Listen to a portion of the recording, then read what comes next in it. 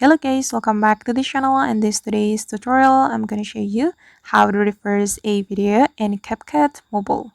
Okay, here I have created a project in my CapCut application and I have imported my video to this CapCut project. And for example, we're going to make this video play backward. And first of all, we can tap on the video like this and we can scroll all the way to the right until we find the reverse option. You can keep scrolling until you find it.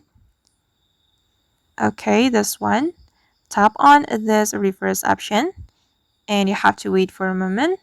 Okay, and now the video is reversed and let's just take a look at the final result. Okay, and here is the result, guys. As you can see that the video is playing backward.